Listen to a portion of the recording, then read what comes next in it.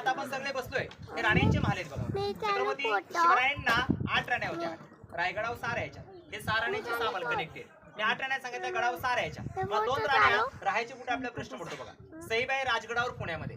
छत्रपती शिवाजी राजे राजधानी रायगडावर येण्या अगोदर सईबाईंचं निधन राजगडावर झालं. संभाजी राजे 2 वर्षाचे असताना त्यावेळी. आणि पुतळाबाई गडाच्या खाली 2 किलोमीटरवरती पाचाडगाव लागलं बघा. तिथे राष्ट्रमाता जिजाऊ महासाहेबांच्या सेवेला खाली पुतळाबाई राहायचे. कारण महासाहेबांना उतरत्या वयामानामध्ये गडावरचं वातावरण क्लायमेट मानवत नव्हतं. महासाहेब गडाच्या खाली पाचाडगावात राहायचे. त्यांच्या सेवेला खाली पुतळाबाई राहायच्या. सर्व राण्यांची नावं सांगतो. सईबाई स्वैराबाई, काशीबाई सत्वारबाई, लक्ष्मीबाई गुणवंतबाई, पुतळाबाई सगुणाबाई. स्वराज्यात सैनिक कमी होते. स्वैरसंबंध वाढावा म्हणून राजांनी नामवंत सरदारांच्या मुलींशी लग्न केली. गायकवाड, शिर्के, विचारे, इंगळे, मोहिते, जाधव, लिंबाळकर, पालकर ही मोठी घराणे होती.